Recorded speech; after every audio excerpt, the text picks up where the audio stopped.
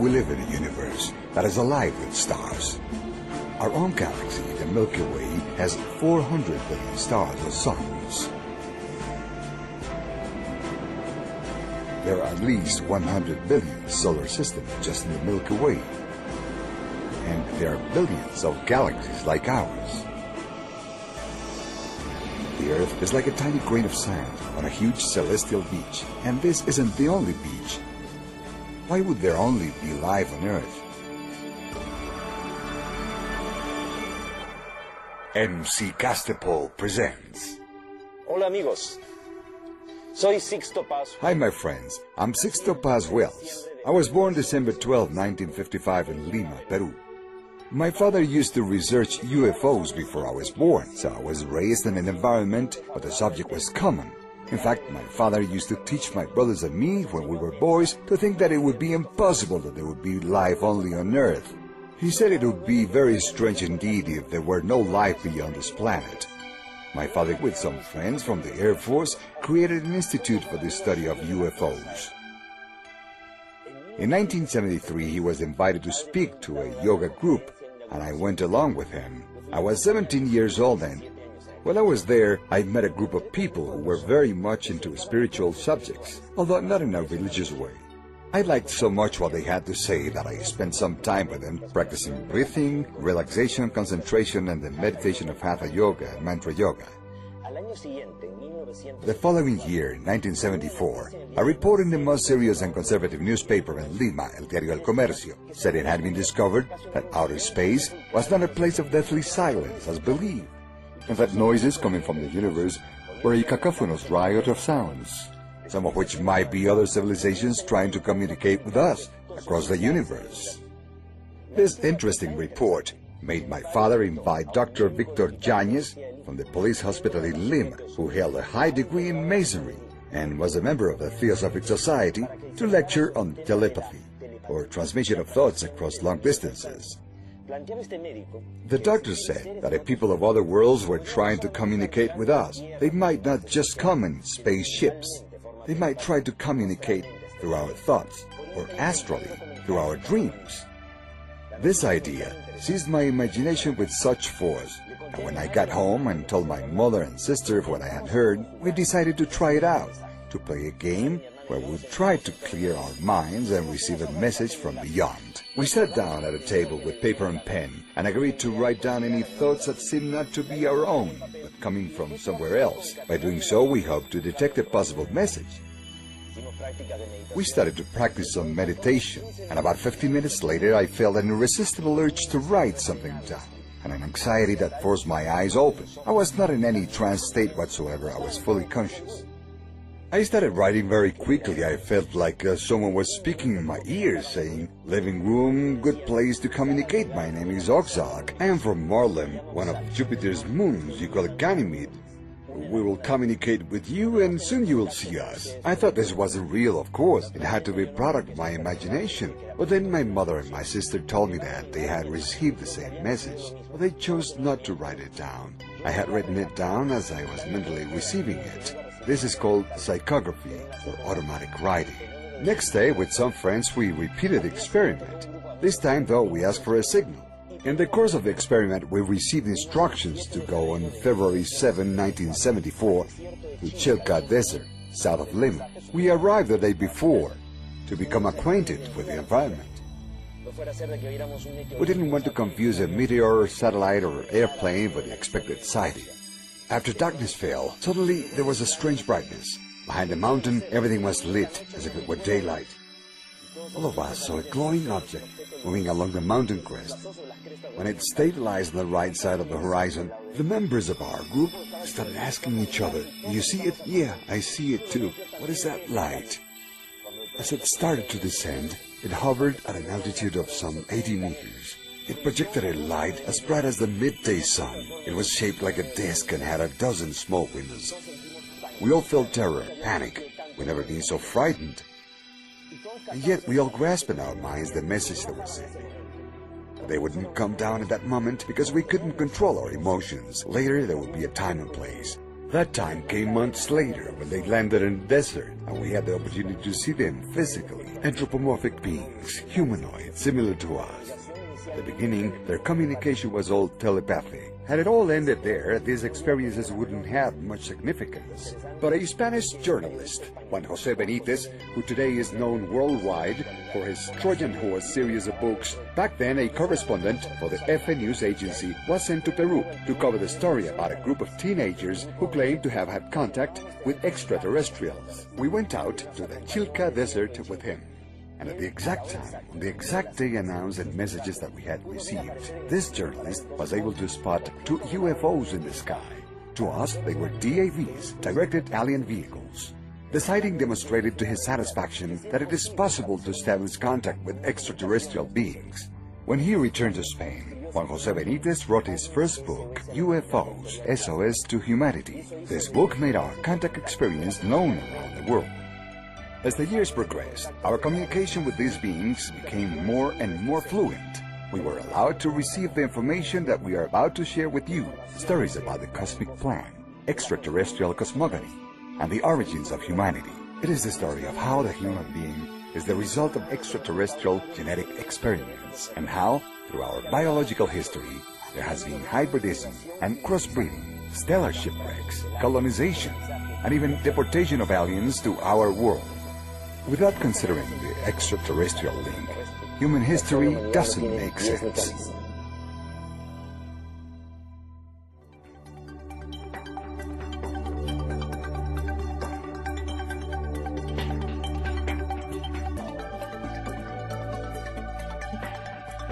UFOs, our extraterrestrial past, the cosmic plan. In the early 70s, there began to appear in the south of England a series of mysterious patterns imprinted on field grains. These markings were referred to as agroglyphs, or crop circles. They always seemed to appear at harvest time and on grain fields. In the Middle Ages, the same phenomenon in harvest fields was recorded. The patterns appeared, and at the time they were considered to have been made by the devils, by the fairies. They were called fairy circles, and the people were warned that whoever walked inside them ran the risk of disappearing. When these patterns began to show up in the 70s, at first they were simple figures, circles, triangles, and rectangles. When they were just circles, it was first thought it might be a geomagnetic phenomenon, or the result of whirlwinds or small tornadoes. But when the figures started becoming more complex, more beautiful and larger, there was really a compelling interest in investigating them. This interest increased even more when researchers realized that the spikes of grains were folded. They weren't broken. This was not the mark of a person stepping on them or a violent impact. A subtle force had folded the spikes. There was a strange sort of mutation in the crystals of the grains, suggesting that a magnetic force or some type of energy had made the figures. It appeared to be a message from the heavens to us here on Earth. In 1996, at Oliver's Castle, a video was made of some illuminated spheres that began to flutter over the harvest fields, and in fractions of seconds they made an imprint, these same type of figures. On August 17, 2001, alongside the Shield-Bolton radio telescope, there appeared a set of 2 figures, initially a gigantic 3-dimensional face. At ground level, there was nothing visible that would make us believe that this was a face. These were just little piles of weed. But that face is not unknown. It is identical to the face of Sidonia on Mars, a face that was discovered on a mountain on the surface of that planet. And what is the other figure? A rectangular figure that turns out to be the answer to a message that was sent from Earth on November 16, 1974. Frank Drake, a friend of Carl Sagan, using the big radio telescope of Arecibo, Puerto Rico, had sent a radio signal to space to M13, the great nebula of Hercules, located 24,000 light-years away. He hoped that at some time some intelligent civilization would receive it and would respond. Radio waves travel at the speed of light. almost 300,000 kilometers per second. That radio wave would take 24,000 years to get there, and if there had been an answer, it would have taken 48,000 years to receive the reply. Who would be here on Earth to receive the answer? Nevertheless, the answer didn't take 48,000 years, but only 27 years. And not through radio waves, but through imprints on fields of grain. From the figure, it can be seen clearly that these beings are familiar with the elements of communications that exist here on Earth. In this case, the universal language of numbers, of mathematics. They also knew our components of life.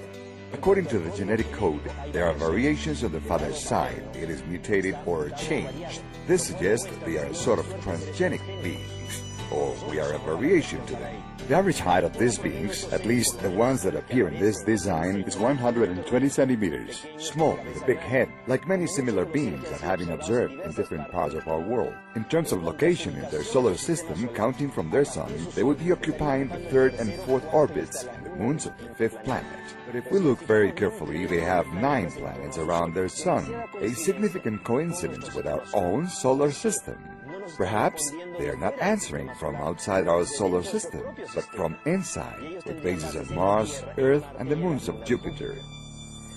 Their means of communications is obviously not a radio telescope. That would be a very primitive form of communication for them. The form in this case is the same concentric and tangential circles that appear 1 year before year 2000 at the same place. This shows that in order to communicate with us, these beings had traveled through time and space, through cosmic folds, through interdimensional beings. They could do this because they mastered space and time.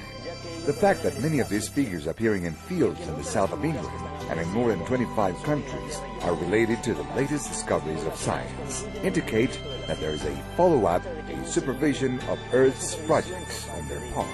There appears to be an interest in helping human beings to remember a great deal of information that is already part of our own genetic code. If we were soul in this planet, all we have to do is remember.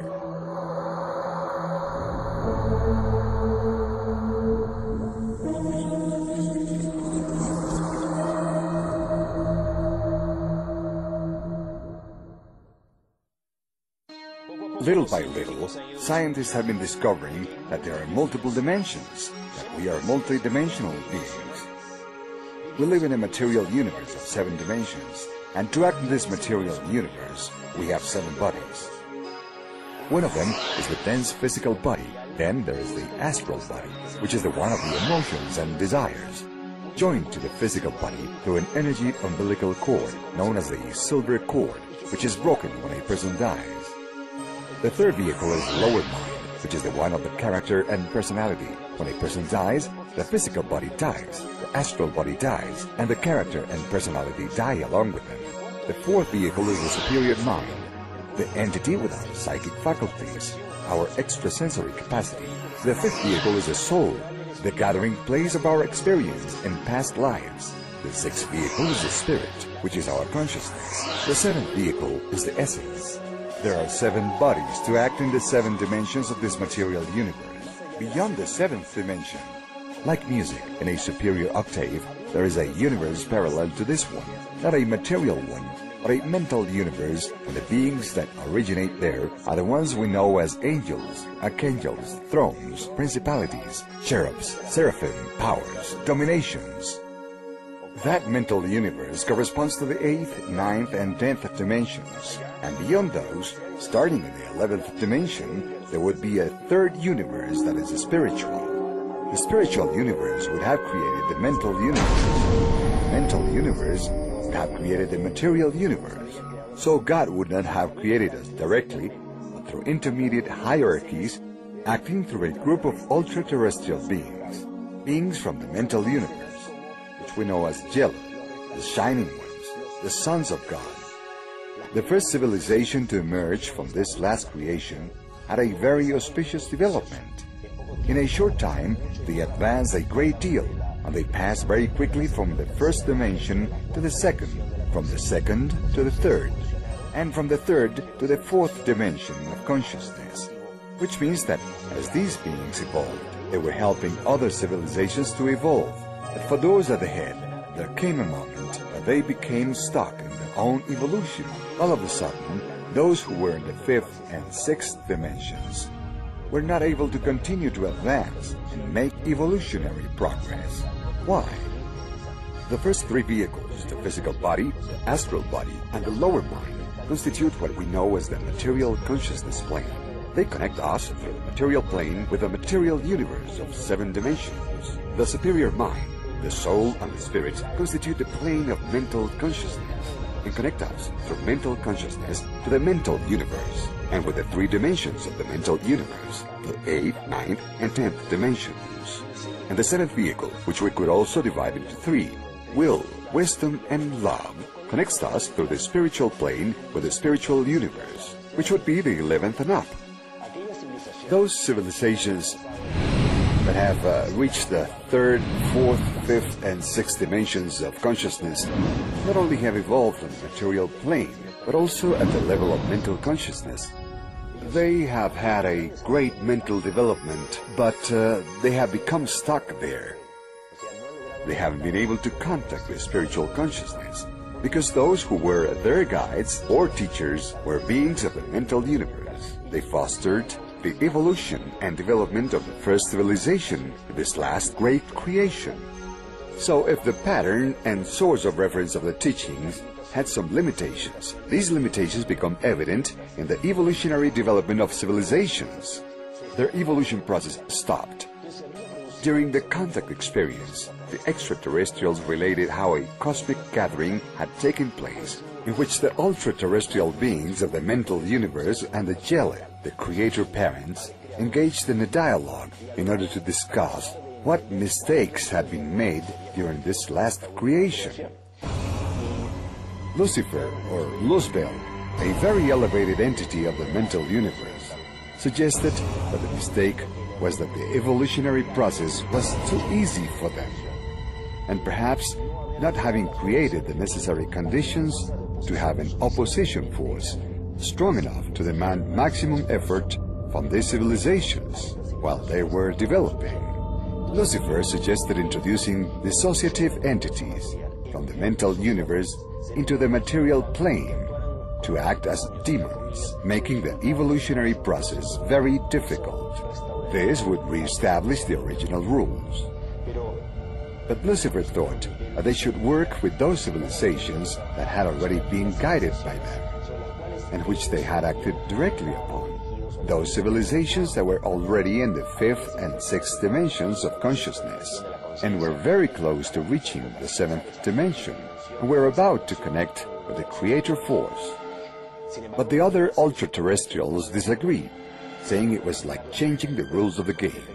Just as if we had a son in a military boarding school with rigid discipline. Just 1 year short of his graduation, we put him in a mixed school that is not a boarding school and has no rigid discipline. There is a high probability that he would fail. So these ultra-terrestrials said, you can't change the rules of the game for those already in the advanced stage. And these entities suggested working instead with new civilizations, civilizations that were just getting started. But there were also opinions that it wasn't fair either to vary the rules governing those civilizations. So the final decision was to work with civilizations that had never existed, with planets that had never developed. One of those chosen planets was the Earth. Why? Because according to the extraterrestrials, 1.2 billion years ago, a meteor shower extinguished life on planet Earth. Our world, being a dead planet, a planet with no future, would permit hosting this experiment, along with 7 additional planets. A group of extraterrestrial civilizations received authorization from cosmic hierarchies of beings of other dimensions to travel a long time in space and arrive on Earth before the Earth died, and stop the planet from dying by creating for the Earth a paradoxical alternate time. Let's imagine for an instant that time in the universe is like an ascending spiral, and in one of the curves of the spiral, the Earth died, but the universe continued. So a group of civilizations that is able to travel through space and time, through cosmic folds and multidimensional gates, arrives on Earth and stops the Earth from dying.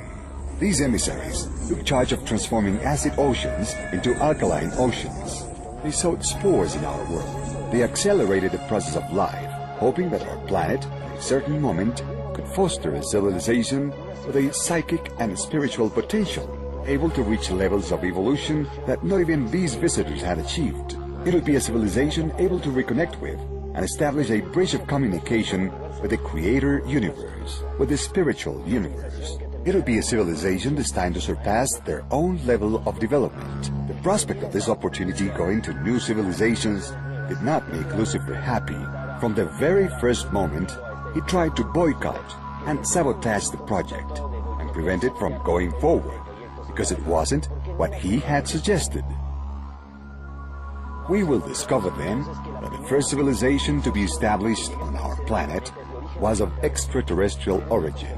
Beings of the constellation of the Swans landed on our planet, in a continent in the area corresponding to the present location of Antarctica. This first civilization was also called Antarctica. Later on, other beings arrived in what corresponds to the Mesozoic era, or secondary era, and they installed themselves in the upper part of northern Europe, in what became the Hyperborean civilization, the Upper North. These beings coexisted with an unstable and violent environment, dominated by dinosaurs. They performed genetic manipulation as part of their mission, but then, 65 million years ago, without them being able to stop it, a meteor shower took place. That was a terrible disaster. A cosmic catastrophe was caused by an asteroid of nearly 10 kilometers in diameter, which hit our planet, leaving a crater of 250 kilometers in diameter on the coast of Mérida in the Yucatan Gulf. The impact produced an expansive wave so violent that it wiped out a large proportion of the dinosaurs. Had not this happened, these creatures would have evolved into an intelligent form of life, and today they would be the ones to rule our planet with their intelligence. Our planet was so profoundly affected by the meteoric impact that we could almost say life was extinguished on our world. That's why the Earth was the first planet of the 8 selected for dismissal. 8 planets had been chosen, two per galaxy, from a group of galaxies that rotated around M31, the great nebula of Andromeda, located 2 million light-years from us. So there were 2 planets from each of 4 galaxies in that group. After planet Earth was dismissed, they concentrated on the remaining 7 planets. But with time, 3 of those planets were totally destroyed, but even dust remained for them. The original 8, the cosmic directors, ended up now with 4. A very worrying fact. Having the project fail on the other 4 planets, they decided to give a new opportunity to planet Earth. These beings who always travel through space and time for them not being the same as it is for us, came to our world and found out that 80,000 years ago, the Lemurian race, the black race originating from Earth, had evolved to such an extent that they had awakened all their potential, including their extrasensory perception. These human beings were capable of discovering that we were living in an alternate time, different from the real time of the universe, and that time could be crossed. Part of this development resulted from the consumption of hallucinogenic plants, something that the extraterrestrials frowned on. When the extraterrestrials that had dedicated attention to the development of the other 4 planets found out that humanity on Earth was evolving and advancing, but had done it through a process that they considered unworthy, they decided to come here, some 30,000 to 35,000 years ago, and induce a terrible regression in the form of a collective forgetting or global amnesia on the part of humanity. This is mentioned in the Bible in Genesis chapter 11, when it refers to the Tower of Babel. There was an era in history when human beings used to speak the same language. What this means is that we had developed telepathy, extrasensory perception, and we had even been able to construct a ladder to the sky, meaning a connection with the superior, with other realities. And the Bible says that the Elohim were afraid that to the human being nothing would be impossible. So they decided to intervene, to make us forget. That is how 30 to 35,000 years ago, a terrible devolution of the human being was induced in the form of a generalized amnesia, which served to enable the visitors to reassert their own supervision and their control. 25,000 years ago, the beings of two big civilizations, Orion and Pleiades, were sent by the galactic counselors to intervene on our planet as guardians and sentinels. Some of them were beings from Orion, and others were beings of the Pleiades.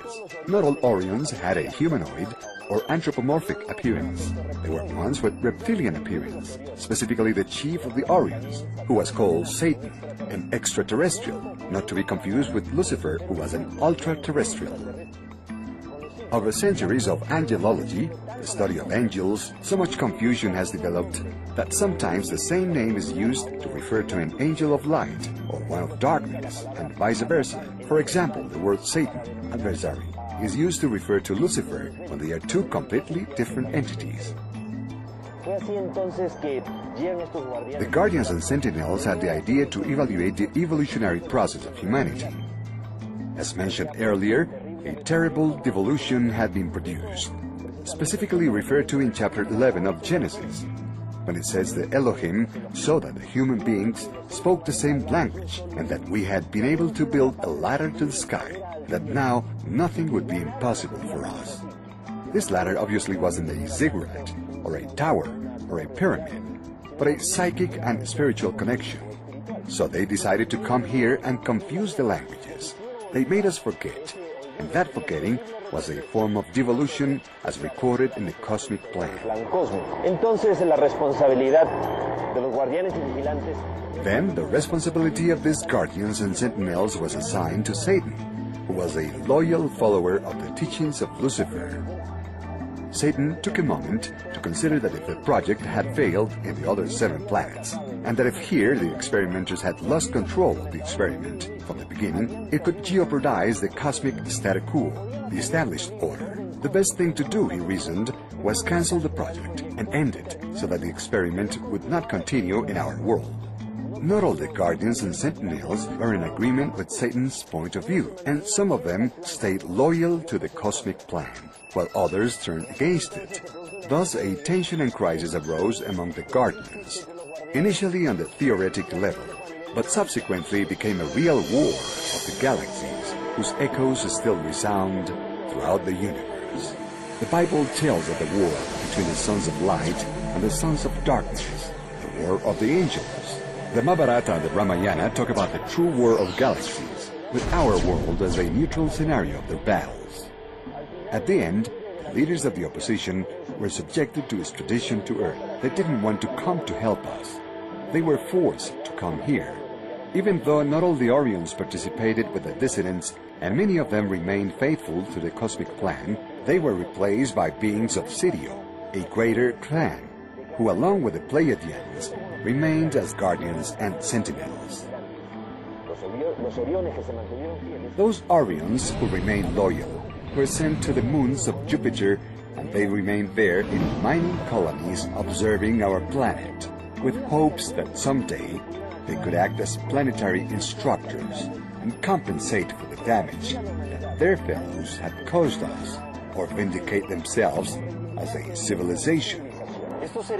Those beings that were deported here to the Earth should have changed their attitude, but that didn't happen. From the very first moment, they declared war to the death against humanity, and they tried to keep the cosmic plan from proceeding, so that humanity would not reach a level of evolution that they didn't want, or that they feared that the humans could achieve. They constituted a secret world government, fearsome and negative. These satanic forces started to conspire terribly against humanity, being accustomed to living for thousands of years outside our world. they prematurely became old and died, becoming trapped in a fourth dimension here on our planet. Throughout history, they have influenced many human beings, persons with weak character and weak will. They connected these persons to politics, religion, and economy, to the leadership of the military, and to fashion and music, in order to sow worldwide chaos through these human agents and lead the world to its own destruction. The extraterrestrial beings of this terrifying and negative planetary regime are the ones who also somehow had influence over the Pleiadians to commit the serious transgression of having sexual relations with human beings on Earth. It was Semyasis, the boss of the 200 Pleiadians, who had sexual contact with the human beings. This is mentioned in Genesis chapter 6, when it says, "When the men started populating the earth and producing children, and the sons of God, the angels of heaven, seeing before their eyes that the daughters of men were beautiful, took as many as they wanted, and with them they procreated the ancient heroes of the past." That is how these 200 extraterrestrials had sexual contact and produced hybrids, mestizos, and were reunited in a group of 10 islands, the largest of them, Dondo Island, in the Atlantic Ocean. There they established their capital in Poseidon and Sophoseitopolis. As Plato mentions in his dialogues, Critias and Timaeus, as well as in the Republic. Such was the knowledge and technology received from the extraterrestrials by the Atlanteans that it allowed them to develop large experimentation labs. They manipulated the brains of dolphins and whales, contributing to the advancement of these two creatures. They also allowed the Atlanteans to travel beyond our world, toward the stars. They had the intention of establishing colonies on Maldek, Terma, Yoma, a planet that would have existed between Mars and Jupiter, and they would use Mars as a springboard to get there. Because this would permit the Atlanteans to get far away from the evolutionary process of their planet and wouldn't affect it. They were allowed to pursue it. This is why we found a huge phase on Mars, discovered in 1976 by Viking 1 and Viking 2 in the Sidonia zone. Pyramids were also discovered in the Liceo zone, of what appeared to be ruins of large cities in the Utopia zone. The Atlanteans coexisted underground on Mars with the Martian race that would have received the Atlanteans with curiosity. The technology these Martians received and the great advancement developed by the Atlanteans led to the gradual decimation of the Martian civilization. It also attracted an asteroid of erratic orbit called in those times Marduk.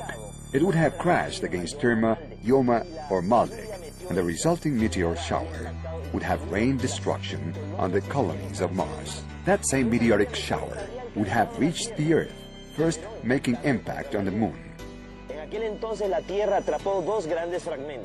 The Earth trapped two big fragments that remained for a time as additional moons, meaning that at a certain moment of planetary history we had 3 moons. Those additional moons would subsequently have been absorbed by the Earth. One of them crashed in the Pacific Ocean, leaving as an imprint the Philippines Basin of 11 kilometers in depth. Later, the other moon fell in the Caribbean, leaving as impact the Puerto Rico Basin of 9 kilometers in depth. This created a zone of magnetic aberration, where the line forces that go from pole to pole tend to curl, forming whirlwinds and vortices of electromagnetic forces that collapse space-time, opening gates to other dimensions. These great destructions would have caused the last major glaciation, 11 to 12,000 million years ago, and would have covered the Antarctic with ice. The Antarctic was a continent that was going through the last period of Lemuria, the period of Mu. This was the greatest advancement to the original black race on our planet. This was the greatest advancement of the original black race on our planet, after the intervention of the Guardians and Sentinels. The Lemurians had then to be rescued and taken out of there. They were taken to Mesoamerica in what is now Mexico, and that's how the Olmec civilization emerges. The last archaeological discoveries made in the state of Guerrero, on the Pacific coast of Mexico, demonstrate the Olmec culture was thousands of years older than we originally supposed, and that would explain their Negro facial features. The Olmecs also appear in stelas in great stone sculptures driving spaceships, something that later we will see repeated in the Maya civilization itself.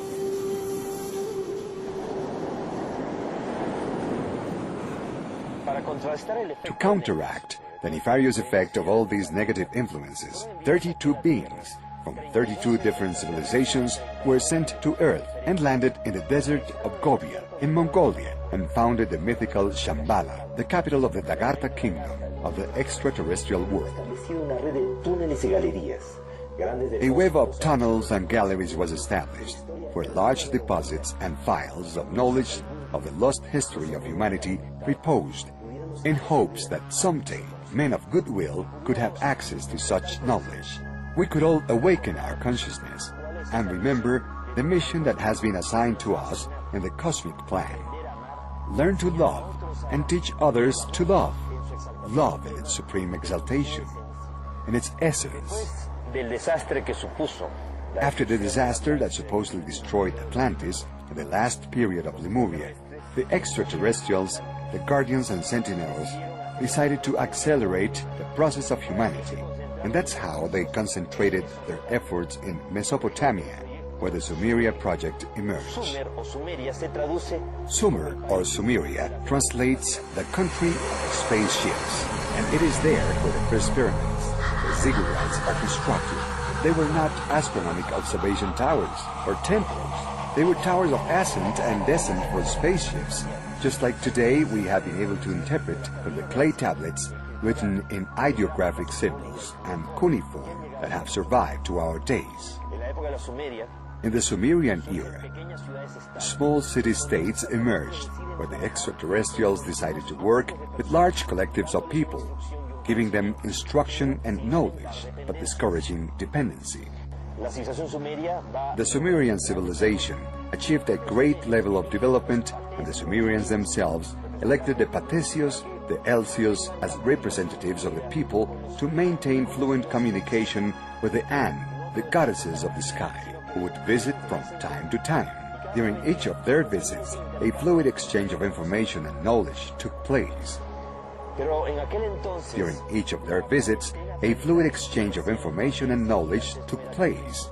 Back then, the planetary quarantine imposed by the guardians and sentinels was not that rigid, allowing not only Ans, the gods of the sky, to arrive here with good intentions to further the cosmic plan, but also the Anunnaki, the sons of the prince, reptile-looking beings connected to Satan and the satanic forces, who from time to time would act in our world in a very negative fashion, trying to conduce the Sumerians to fight against each other. Great wars were incited, and they encouraged very violent developments of peoples like the Sacarios, who ended up exterminating and destroying the Sumerians. The Sumerian project, working on a wide collective group of people, failed, because finally, at the end, dependencies had been created anyway. They were paying too much attention to the return of the Ans. The extraterrestrials, the guardians and the sentinels, and the planetary instructors decided therefore to work with an elite group of individuals. They chose for this the Egyptian priestess, heirs of the knowledge of Atlantis, survivors of the Atlantia, who came to Egypt with extraterrestrial knowledge because there were extraterrestrial colonies in Egypt. Survivors of Sumeria settled there, so all that sum of knowledge and information was going to emerge as the great nation of Egypt. When still the rest of humanity was in the Neolithic age, the great Egyptian civilization appears. The great achievements of a civilization never occur at the beginning or the end, but at the height and splendor of development. The greatest development, extension and expansion of Egypt was between the 18th, 19th, and 20th dynasty of the new empire. Nevertheless, in that era, there isn't anything similar to the pyramids, which are of the 3rd and 4th dynasty, especially the pyramids of Cheops, Khephren, and Cerinos, the most famous, which date from the 4th dynasty. For these to be from the old empire, the most ancient Egyptian period, is impossible. This demonstrates that there is a connection with these beings from the sky and with the remaining Atlantis. Los sacerdotes egipcios The Egyptian priestess, after receiving this superior knowledge, were supposed to retransmit it to the people, sharing it in a way that was comprehensible, in a way it could be understood.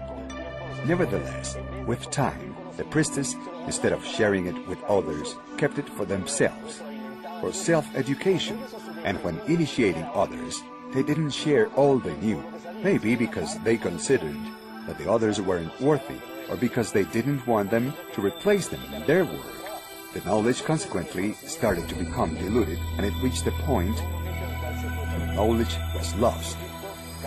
Egypt fell under the influence of these terrifying dark forces that tried to get humanity to forget. So after failing in working with a wide group of people and also with an elite of individuals, it was decided to work with one individual and to program his or her genetics. By chance, the chosen one was Abraham, psychic since birth. He used to easily have telepathic communication with these beings. And what is more, he was such an intelligent man with such broad judgment that he accepted at that time, when there were 1,000 commonly accepted gods, the idea of one single God, which was a very advanced concept.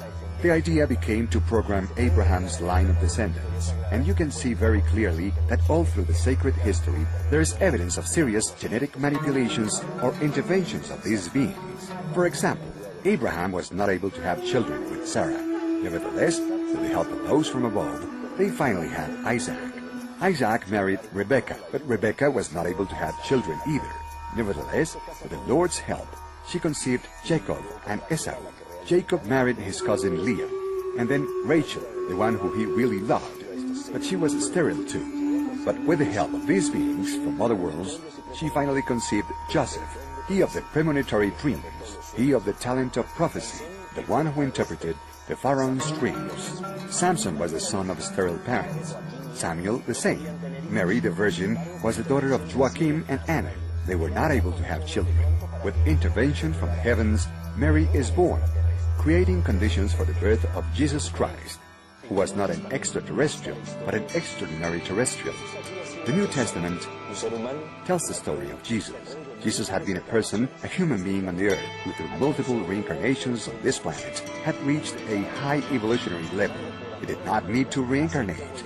However, out of love for humanity, he accepted his destiny to come back. He prepared himself for his 3 years of public life in such a way that a cosmic symbiosis took place in him, a transmigration by which a being from the category of the sons of God, a angelic, a shining one of the creator parents named Michael, fused with him, coexisted with him during those 3 years, keeping him company in the realization of his great mission.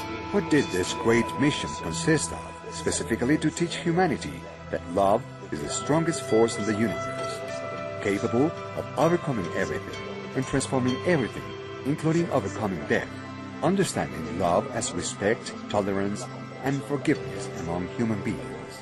The day will come, according to the Apocalypse, that humanity will have access to a certain knowledge that was hidden for ages. When this knowledge emerges, the forces of darkness will become subject to humanity for 1,000 years. At the end of the 1,000 years, which begin on the 22nd of December, year 2012, a new millennium will start. And at the end of that millennium, it is believed that humanity will take the side of the forces of light in a last great battle, the Battle of Armageddon.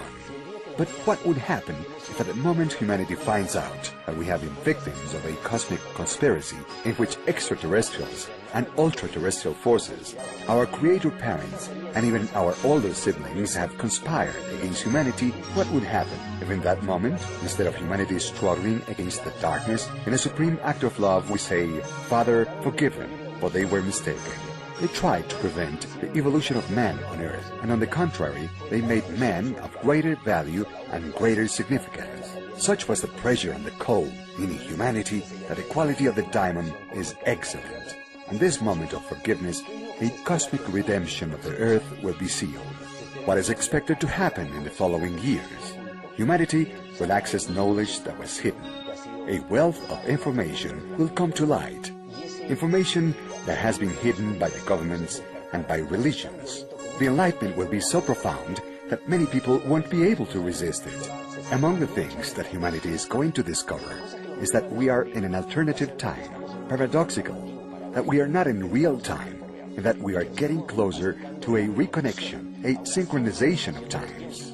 In the months and years following December 22nd, year 2012, we are going to see a speeding up of psychic potential in dreams and consciousness. Great transformations in the planet will take place at the ecological and climatic levels, including natural catastrophes of tremendous impact.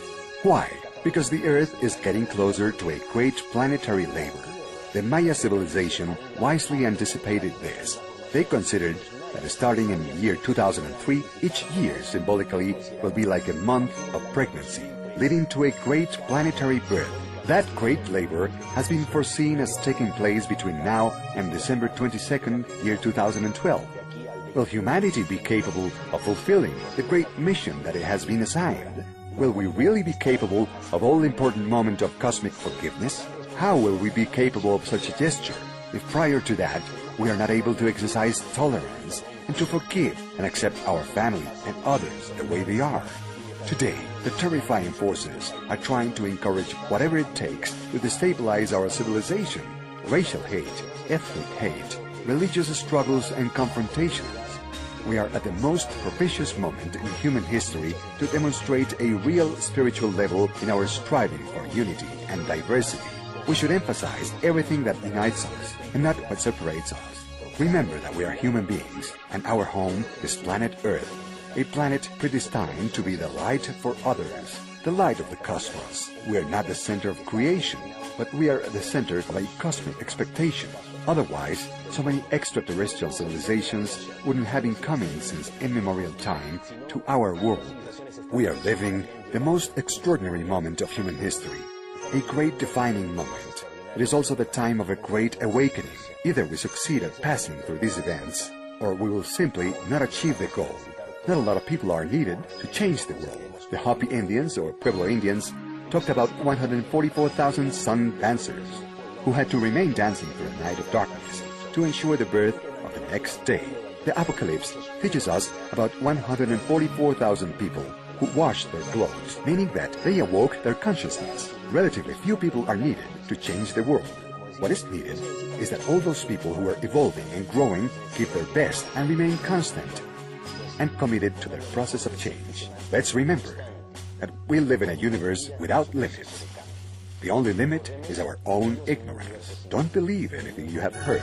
Think, reflect, but the most important thing is to feel, because the truth is inside of everyone. Ya que la verdad está dentro de cada uno.